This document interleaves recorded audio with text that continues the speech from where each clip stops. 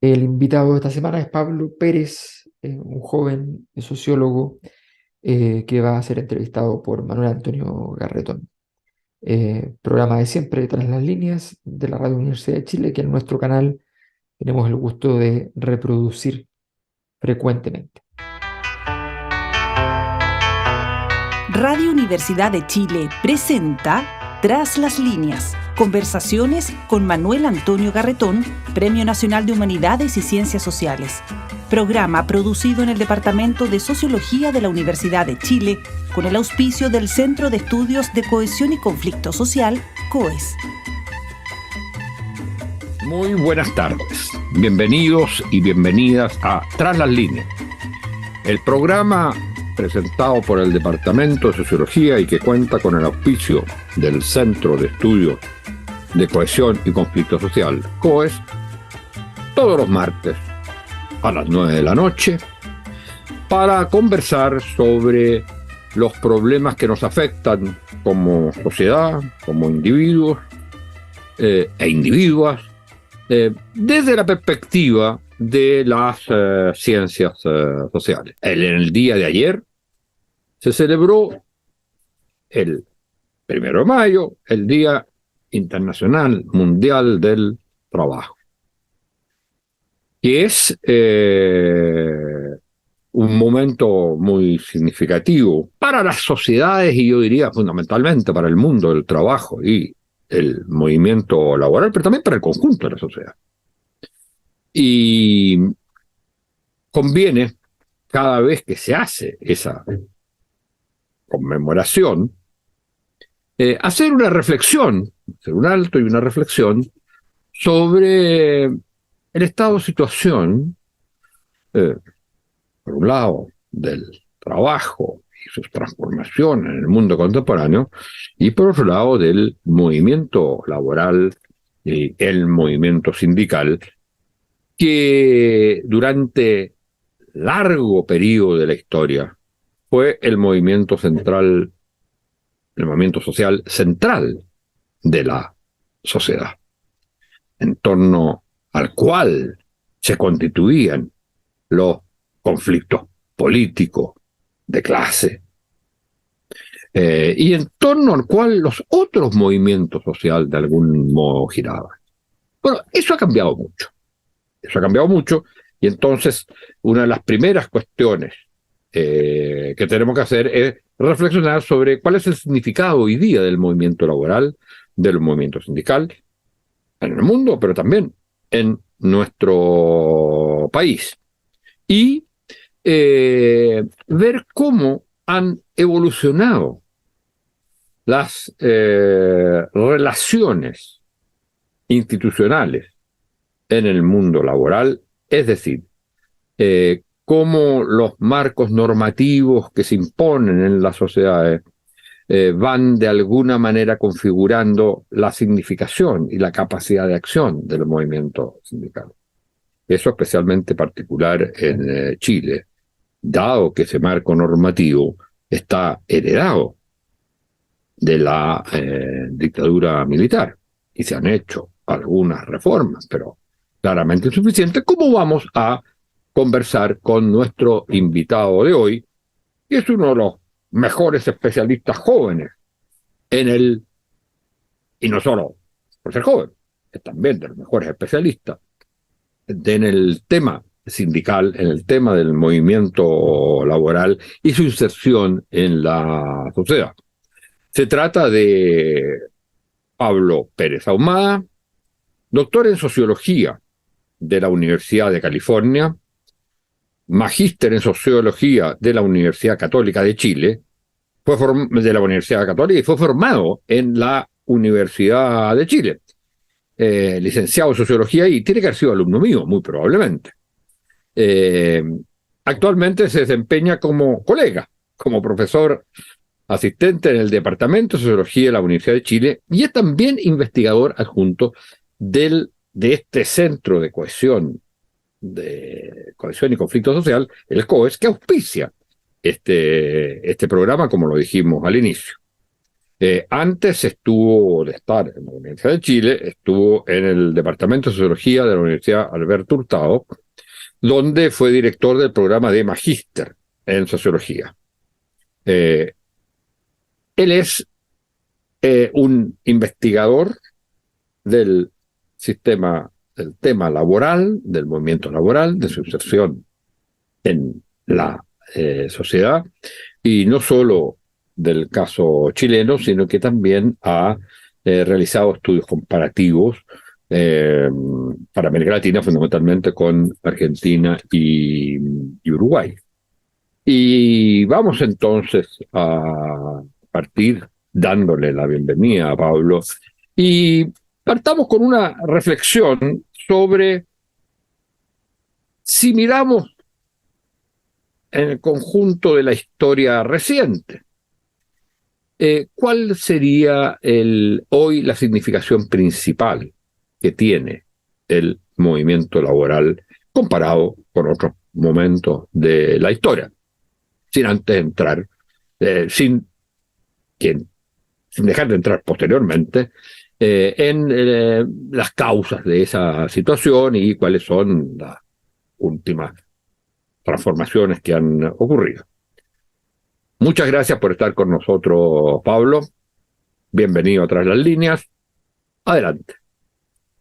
Bueno, primero, muchas gracias, Manuel Antonio, por la invitación. Un placer estar acá conversando contigo de estos temas que, bueno, para mí personalmente son muy importantes, sobre todo por la manera en cómo permiten entender fenómenos más, digamos, de mayor alcance político y sociales. Ahora, respecto a tu pregunta, yo creo que el movimiento sindical, el movimiento de trabajadores y trabajadoras en general, está en un momento de reconfiguración en el cual se ha hecho cargo de algunos desafíos, pero tiene que hacerse cargo también de otros desafíos que han ido emergiendo, especialmente en los últimos años. Por ejemplo, la automatización del trabajo, la extensión del trabajo de plataforma, con todas las implicancias que eso tiene para la organización colectiva de los y las trabajadoras. Y por cierto, tú lo mencionaste en tu presentación también, uno de los desafíos fundamentales que el movimiento sindical tiene y que yo creo que es clave para entender su desarrollo de las últimas décadas, es en qué medida nos ha cambiado el sistema de relaciones laborales que se estableció en 1979 y que de alguna u otra manera ha perdurado hasta el día de hoy. Ahora, explícanos, partamos por eso, porque yo creo que es una cuestión importante para los auditores y auditoras que son de distintas edades y de distintos espacios en la sociedad. Hay un marco normativo que rompe con la tradición en Chile respecto a los sindicatos que lo establece la dictadura. Claro.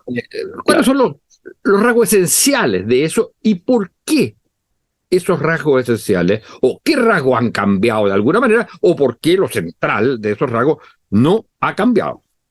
Sí, es un gran tema ese, Manuel Antonio, precisamente porque, bueno, como es sabido, la dictadura militar produjo una serie de cambios estructurales en el país, económicos, sociales, institucionales también, y en el ámbito laboral, el gran cambio ocurrió en 1979 con la implantación del plan laboral ideado en su momento por José Piñera.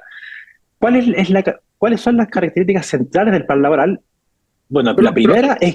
Perdona, Pablo, pero para ilustrar a nuestro público, el plan laboral forma parte de 7 medidas llamadas modernizadoras, 7 modernizaciones, entre las cuales se incluía lo municipal, lo previsional, más adelante la legislación universitaria, pero antes la reforma educacional. Es decir, era un conjunto de transformaciones estructurales, en el cual este punto jugaba un rol central. Sí, de hecho, y jugaba un rol central porque lo que hizo la legislación de 1979, entre otras cosas, fue Bueno, primero fue diseñada con el objetivo explícito de fragmentar al movimiento sindical. Eso está explícito digamos, en el debate que dio origen a la ley dentro, digamos, de la dictadura, y también con un objetivo muy claro de restringir la capacidad negociadora de los sindicatos, fundamentalmente al nivel de la empresa. El plan laboral incluía explícitamente cláusulas que, por ejemplo, prohibían la negociación colectiva sectorial o por rama, bajo el argumento de que al establecer ese tipo de negociación, que por cierto es como la norma en muchos países europeos, lo que hacía la legislación era intervenir en relaciones de mercado que en principio tenían que regularse autónomamente. Entonces, bajo esa idea, lo que se hizo fue, bueno, prohibir la negociación colectiva centralizada, se forzó la negociación colectiva a nivel de la empresa y se establecieron una serie de reglamentos para, y esto es muy interesante, creo yo, para promover la fragmentación de la organización sindical. Entonces, cuando ahora se dice que el movimiento sindical está muy fragmentado, en parte, o en gran medida, es porque hubo un diseño institucional que fue generado para producir eso. Bueno, más adelante podemos hablar de las consecuencias que eso ha tenido, porque son muchas, pero eso fue parte, digamos, del diseño.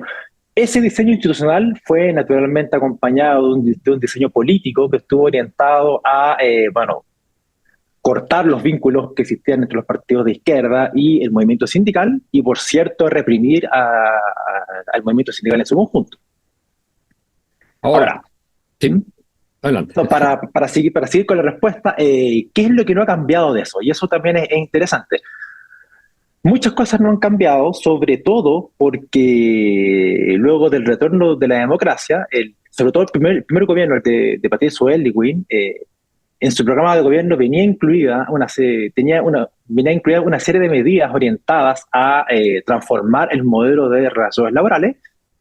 Y en la práctica, el resultado de esas reformas laborales fueron tímidos, en el sentido en que, si bien se eliminaron los aspectos más represivos de la legislación pinchetista, por ejemplo, el plan laboral prohibía la formación de centrales sindicales, por lo tanto la CUT era, digamos, una organización ilegal. Si bien se eliminaron esos decretos, lo central del modelo no cambió, en el sentido en que todavía siguen existiendo leyes que, por ejemplo, promueven la fragmentación de los sindicatos, y sobre todo leyes que en la práctica restringen la negociación colectiva a nivel de la empresa. Eso porque la legislación actual, si bien no prohíbe la negociación sectorial o por rama, lo que hace es dejarla como voluntaria para las empresas. Entonces, mientras no exista acuerdo de las empresas para negociar colectivamente a nivel sectorial, no va a existir negociación sectorial. Y en la práctica eso es lo que ha ocurrido. Ahora, esta fragmentación juega, curiosamente, por los datos de las investigaciones que tú has hecho, juega en favor de una mayor conflictividad. Es decir, está relacionada con una mayor conflictividad, sin que sea necesariamente la causa, pero hay una mayor conflictividad y asociada a esta fragmentación. Lo cual, desde el punto de vista estrictamente del mundo empresarial, uno diría, no le convendría. ¿Por qué el mundo empresarial ha sido tan renuente a reformas, digamos, del sistema, del marco laboral, a pegarse tanto a la herencia de la dictadura y a tratar que no haya realmente una cierta capacidad sindical con la cual negociar? Sí. Esa es una muy buena pregunta, y de hecho, como en una de las investigaciones que estaba realizando, yo precisamente le hacía ese tipo de preguntas a una serie de grandes empresarios y gerentes a los cuales tuve la oportunidad digamos, de entrevistar.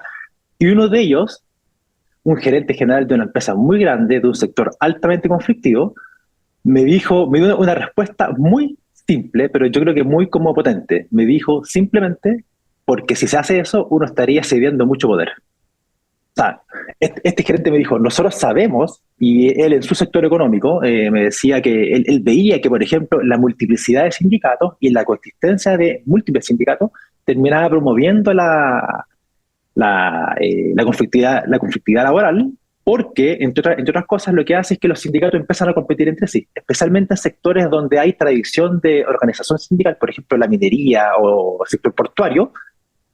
Por un lado hay tradición, hay historia de organización y hay capacidad de, digamos, de negociación, pero por otro lado hay fragmentación. Cuando eso ocurre, esto está demostrado en la literatura internacional, los sindicatos muchas veces tienden a competir entre sí para conseguir afiliados, para conseguir mejora económica, y esa competencia entre sindicatos termina aumentando el patrón de conflictividad porque en el fondo los sindicatos empiezan a mostrar, digamos, mayor capacidad de presión. Compiten por mostrar mayor capacidad de presión. Bueno, pero tú decías que ese no era, tú decías que en el caso chileno, en uno de los estudios, ¿sí? que el caso chileno no está mostrando esa relación causal. No, o sea, lo que yo encontré esto con datos estadísticos de la encuesta de la ENCLA es que existe mucha fragmentación sindical, y si bien la fragmentación sindical a nivel global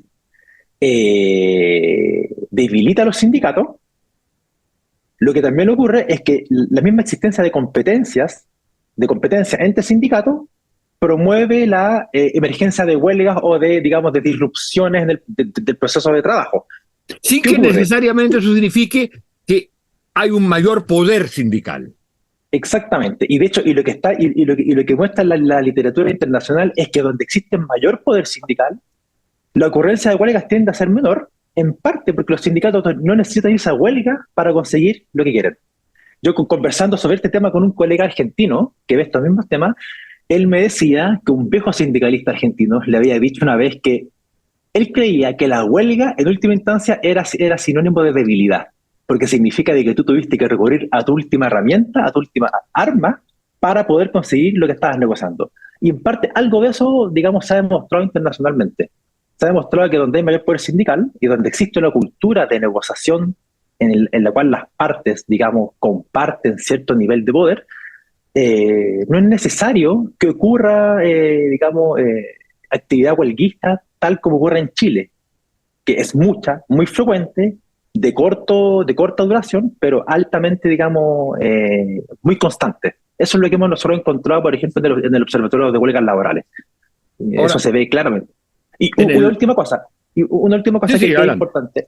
Gran parte de las huelgas que ocurren en el país son huelgas que no ocurren dentro del marco normativo existente. Son huelgas que son técnicamente extralegales, en la medida en que no ocurren dentro del proceso de negociación colectiva. Entonces, por un lado, la legislación actual, yo creo que lo que hace es fragmentar al sindicalismo y indirectamente promueve la emergencia de conflictividad y al mismo tiempo no es capaz de hacerse cargo de las mismas consecuencias que va generando.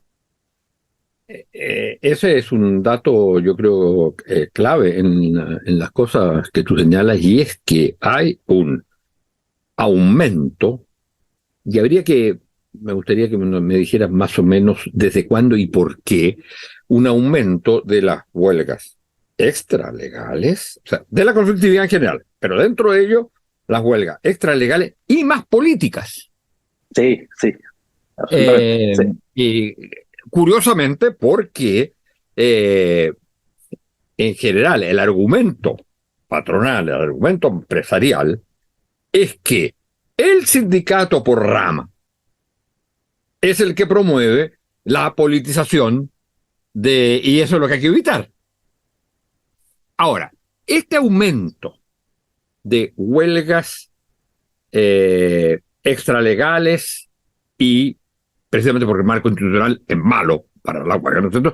Y de huelgas que son a la vez extralegales y que son más políticas, significa que hay un aumento del poder sindical o no.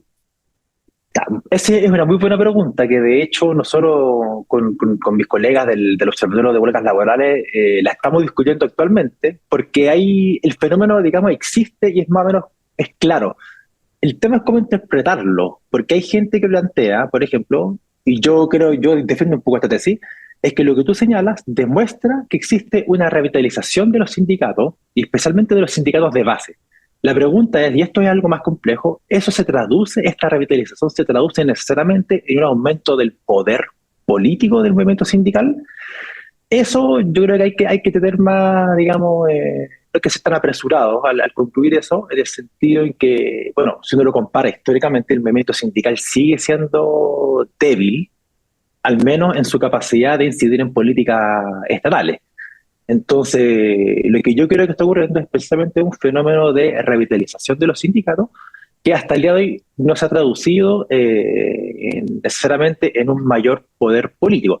Por cierto, la situación es mejor de la que era a principios del año 2000, donde las tasas de sindicalización alcanzaron su mínimo histórico, alrededor del 11%.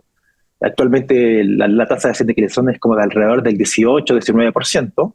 ¿Cómo se Y lo ubica que eso respecto al marco internacional? eh, es bajo, pero no es tan bajo si uno lo compara, por ejemplo, ese es el promedio de OCDE, de hecho, 19% es el promedio de la OCDE actualmente, porque, bueno, en los últimos años han ingresado una serie de países, no sé, como Colombia, Costa Rica, que son países que tienen menores tasas de sindicalización que en Chile. Bueno, también existen en Europa, sobre todo, países como, no sé, Francia, en donde las tasas de sindicalización históricamente son bajas, son de menos del 10%, pero claro, porque tienen un modelo de relaciones laborales diferente, de negociación sectorial, la capacidad representativa de los sindicatos es mucho mayor. Entonces, es baja la tasa de sindicalización, sí, pero no es como sustancialmente o mucho más baja de la que es en otros países con modelos similares de relaciones laborales, como Estados O sea, Unidos, por ejemplo. o sea que lo fundamental no sería necesariamente, es importante también, aumentar la tasa de sindicalización, sino ir más al modelo, digamos, francés, que con bajas tasas de sindicalización hay un poder sindical mucho mayor. Una opción podría ser, por ejemplo, si es que se centraliza la negociación colectiva o se establece algún sistema que permita combinar negociación ramal con negociación a nivel de empresa, lo que está demostrado es que cuando pasa eso, aumenta la cobertura de la negociación colectiva. Y ese es un indicador central también para ver el grado de influencia de los sindicatos. Porque una cosa es cuánta gente está afiliada directamente a un sindicato y otra cosa es en qué medida los acuerdos que consiguen los sindicatos son extensivos a una parte importante de la población asalariada. El ejemplo clásico de esto en América Latina es lo que ocurrió en Uruguay. En Uruguay, luego de las reformas laborales del 2004-2005, cuando se recentralizó la negociación colectiva, el nivel de cobertura de la negociación colectiva aumentó al 90%. En Uruguay, más del 90%, bueno, más del, digamos, 9 de cada 10 trabajadores o trabajadoras uruguayos están cubiertos por un tipo de acuerdo colectivo que fue ¿Eso negociado por un sindicato. cuándo? ¿Se produjo cuándo? ¿A partir de qué momento? Durante los gobiernos de Frente Amplio, el 2004-2005 hubo una reforma importante en Uruguay bajo el gobierno de Tabaré Vázquez. ¿En Y qué ahí consiste la reforma? ¿Qué hace que entonces aumente la cobertura de sindicalización de la acción colectiva? de la negociación colectiva. Lo De que la hizo la negociación colectiva. reforma fue formalizar un sistema de relaciones laborales centrada en la combinación de negociación nacional, sectorial y de empresa. Entonces, ¿qué pasa? Y la idea que está detrás es que en el fondo es como copiar el modelo socialdemócrata europeo, así clásico de la segunda parte del siglo XX, en donde lo que se hace es centralizar las relaciones laborales. Entonces, en contraposición a lo que ocurre en Chile, donde existe uno, dos o incluso muchos más sindicatos dentro de una empresa que negocian paralelamente con el empleador, el dueño de esa empresa, en estos modelos lo que se hace es que negocia un sindicato o dos sindicatos que comúnmente representan a un sector económico entero, por ejemplo, la construcción, la salud, y ese sindicato negocia con el representante de los empleadores de ese sector, la Cámara Nacional de Comercio, la Cámara de la Construcción, etcétera. Entonces, con eso lo que se logra es no solo se le da más poder al sindicato o poder negociador, porque el sindicato ya no está representando a 100 trabajadores, sino que está representando a miles o millones de trabajadores, y lo que es más importante es que generalmente esos modelos van acompañados de acuerdos de extensión de los convenios colectivos. ¿Qué significa eso? Eso significa que cuando un sindicato firma un acuerdo colectivo, por ejemplo, para definir condiciones salariales, Esos acuerdos se aplican a todos los trabajadores y trabajadoras del sector, independientemente de si están sindicalizados o no. Entonces el sindicato tiene una mayor capacidad representativa de la fuerza de trabajo. Y incluso, esos modelos, en términos, digamos, aparentemente, parecieran a la vez reducir la conflictividad permanente, digamos, pero aumentar el poder del mundo sindical para satisfacer las necesidades de los trabajadores. Sí, sí. E incluso para ser influyentes en reformas sociales que no tengan que ver estrictamente con el tema del trabajo. Absolutamente. De hecho, y eso está demostrado en la literatura internacional. Por ejemplo, han habido varias investigaciones, el último yo diría 10 o 15 años, en donde lo que se ha intentado comparar es en qué medida la forma de organización de los sindicatos y de la negociación colectiva afecta o no la propensión a ocurrencia de huelga o acciones disruptivas en general en el mundo del trabajo. Y lo que se ha demostrado es que los modelos que tienen negociación colectiva centralizada, precisamente porque hay mayor poder sindical, existe menor conflictividad abierta, porque los sindicatos tienen mayor capacidad para negociar sin necesidad de recurrir a la huelga. Esa es la lógica. Y en ese sentido, las relaciones laborales que permiten mayor organización y poder sindical son relaciones laborales que, puede ser contraintuitivo, terminan siendo menos conflictivas. Digo, contraintuitivo para la lógica chilena. Para el argumento. ¿Qué es lo que distingue el marco laboral, el marco del sistema laboral, el marco institucional, al cual tú señalas que tiene enorme importancia, el del argentino con el chileno?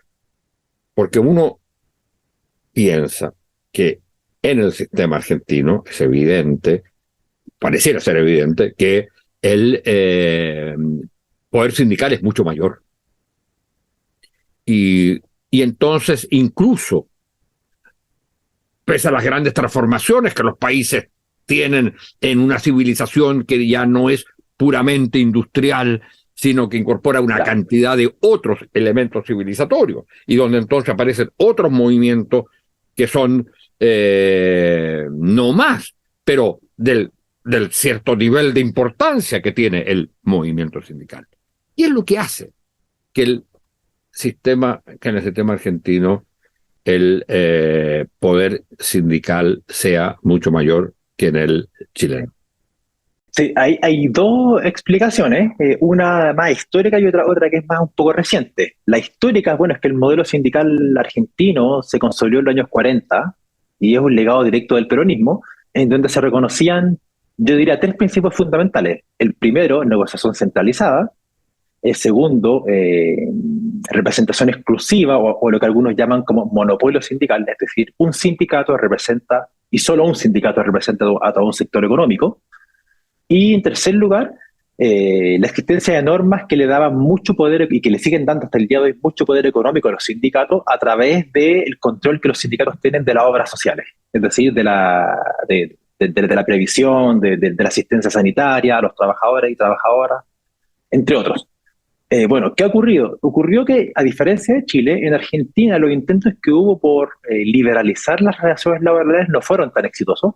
Y cuando se intentó hacer, y cuando se hizo eso en los años 90, esos cambios fueron de muy corta duración, especialmente porque luego del año 2000, bajo el ascenso digamos, del peronismo más de izquierda, sobre todo durante el gobierno de Néstor Kirchner, nuevamente se establecieron cambios para volver digamos, a la lógica anterior, que se basa en negociación colectiva, digamos, centralizada a nivel de rama.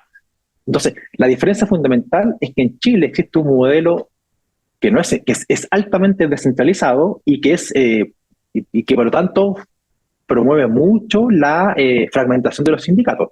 O sea, por ejemplo, en Chile, esta estadística yo encuentro que es muy decidora. O sea, en Chile actualmente existen 12.000 sindicatos activos y cada sindicato en promedio tiene menos de 100 trabajadores, menos de 100 afiliados. Yo una vez comentando estas cifras en Argentina un colega me decía que probablemente existen, no sé, 400 sindicatos, 500 sindicatos, no 12.000, y por cierto los sindicatos son mucho más grandes en términos de número. Y cuando yo una vez mostraba estas cifras en Argentina en una presentación que hice, alguien levantó la mano y me dijo, oye, pero ¿cómo se ponen de acuerdo 12.000 sindicatos para hacer una huelga general? La respuesta es, no se ponen de acuerdo porque no se pueden poner de acuerdo. O sea, Pero, es muy difícil. fíjate que ahí hay una cosa bien interesante cuando uno analiza las cosas en el largo plazo. Primero tú dices, el sindicalismo argentino se constituye básicamente con el peronismo en los años 40, pero es el mismo sistema que perdura incluso después durante la dictadura. O sea, la dictadura no generó un plan laboral. Claro, Reprimió, sí, por supuesto. Reprimió, sí, mató, etcétera, pero no generó una nueva no, normativa, no, un marco que sí hace eh, el sistema, digamos, la dictadura chilena, que a su vez se encuentra con un sindicalismo que es estructuralmente, en todo caso, institucionalmente más débil que el argentino en sí, aquella sí, época, pero que lo que podía tener de capacidad de acción, que se había ido fortaleciendo de alguna manera, pensemos, durante los gobiernos más progresistas, como el de Montalvo y sobre todo el de Allende, bueno, había un cierto poder, además un poder simbólico, y esto es lo que ellos sí, destruyen. Ellos destruyen todo sí, un sistema que no pasa en el caso en el caso argentino. Y a mí me llamaba siempre la atención, en aquella época, tú probablemente no habías nacido, que en Chile el movimiento sindical no pudo hacer una huelga nacional general durante la dictadura. En Argentina se hizo a los 6 meses de la dictadura. Y no es la represión la que puede explicar, porque la represión en Argentina fue tan grande como la represión en Chile, o más, no entremos en esa comparación, pero fue. Y sin embargo, había una, eh, una cierta autonomía. Claro, uno diría no del peronismo, pero había una cierta autonomía del movimiento sindical, una fortaleza propia, en tanto que en caso chileno el movimiento sindical dependía mucho de su vinculación, de su mediación con los partidos políticos. Entonces, eliminando los partidos políticos como se hace, y atacándolos de esa manera en la dictadura chilena, el movimiento sindical perdió su principal interlocutor social, que lo necesitaba, a claro. diferencia probablemente del movimiento sindical argentino. Ahora, para terminar, mira, yo te quisiera preguntar lo siguiente. Ahora, ya contestaste en parte de por qué razón no se ha cambiado el marco institucional. ¿Cuáles serían los cambios fundamentales que habría que hacer, pensando que estamos en un gobierno de izquierda, progresista, con una coalición amplia del mundo de la izquierda?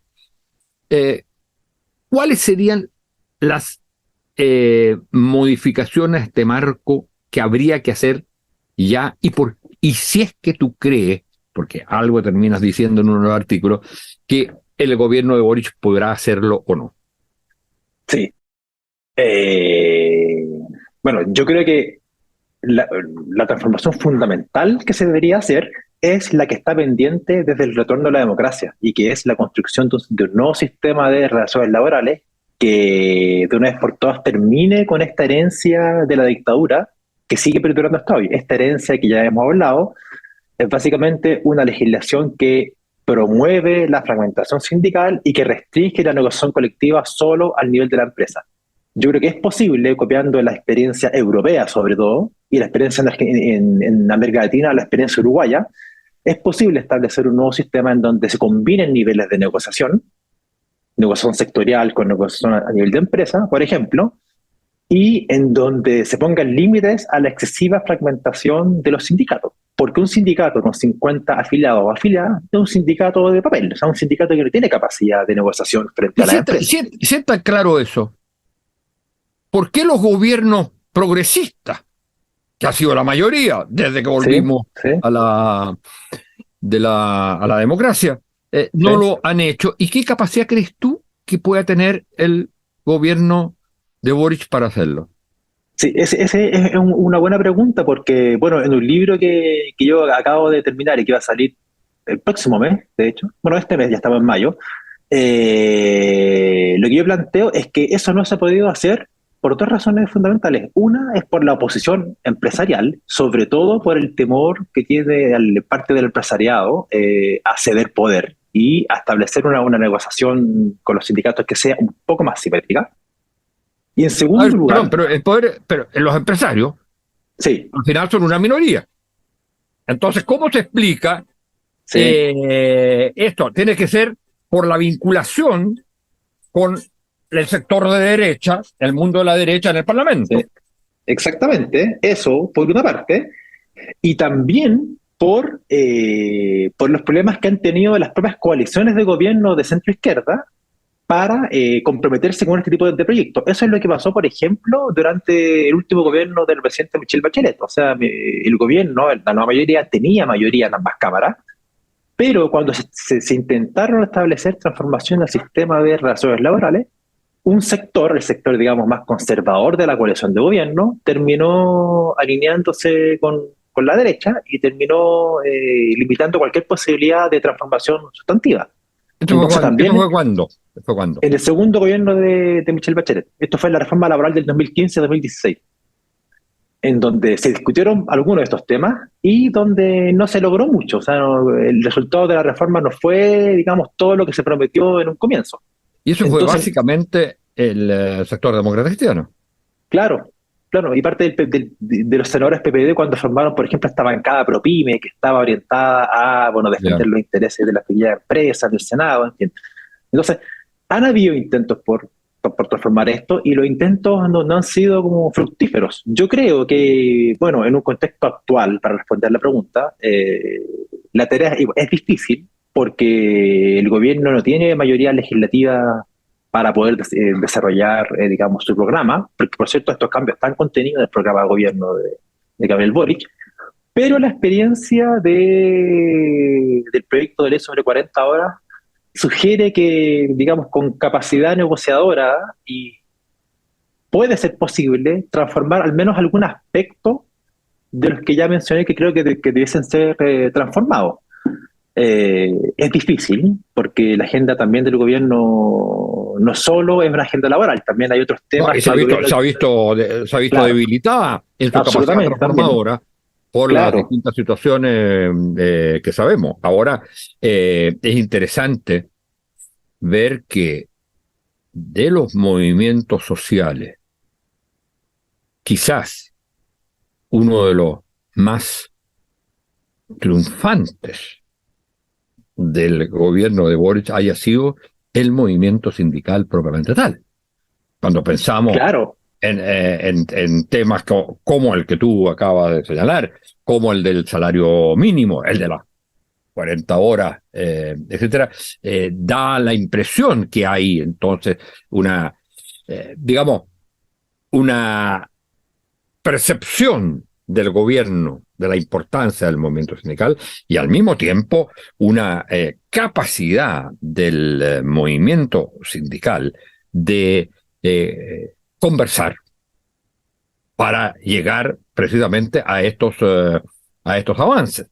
Ahora, el punto central es que esto es el límite, es decir, son beneficios y muy importantes, son conquistas, pero todavía lo que falta fundamentalmente es el fortalecimiento del poder que tengan los sindicatos como uno de los interlocutores fundamentales de la sociedad. Claro, y de hecho ya tal vez para ir cerrando por la hora, me imagino, voy a retomar algo que tú dijiste hace un par de minutos atrás. Tú comentaste que comparativamente el movimiento sindical chileno fue siempre más débil que el argentino, incluso en los años 60 o 70, y que de alguna manera el movimiento sindical compensaba políticamente esa debilidad a través de sus vínculos con los partidos políticos. Yo creo que eso es una tarea pendiente que habría que resolver, porque por un lado, parte del movimiento sindical, tal como ocurre con la sociedad chilena actual, es altamente como resistente al establecimiento de vínculos con partidos políticos, bueno, y por la experiencia histórica también del movimiento sindical, que a veces se tradujo en una hiperpolitización de las organizaciones sindicales, pero también por otro lado, por una, yo diría, falta de interés de parte de los partidos de centro-izquierda de actualizar o de recrear esos vínculos que históricamente existieron entre sindicatos y partidos. Eso es importante, creo yo, porque los partidos políticos siguen siendo un canal de, digamos, de transmisión de demanda que, que resguardando la autonomía, por supuesto, de los movimientos sociales, tiene, yo creo, efectos fructíferos para los propios movimientos sociales. Entonces, en Sí, este claro. caso, Parece que algunos estudios muestran también que incluso al nivel sindical hay este crecimiento de la desconfianza o claro, rechazo de los partidos sí, políticos, lo que hace claro, la reestructuración de las relaciones entre ellos mucho más complicado. Bueno, en el día siguiente del día en que se conmemora a los trabajadores y al movimiento sindical, trabajadores y trabajadoras, y al movimiento laboral y al movimiento sindical. Hemos tenido una conversación sobre este tema con Pablo Pérez. Muchas gracias por haber estado con nosotros y muchas gracias a ustedes, señoras y señores auditoras y auditores, por habernos escuchado. Y será hasta la próxima semana. muchas gracias por la invitación, Manuel Antonio.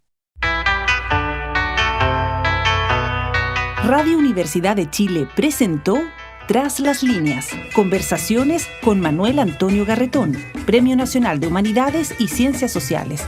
Programa producido en el Departamento de Sociología de la Universidad de Chile con el auspicio del Centro de Estudios de Cohesión y Conflicto Social, COES.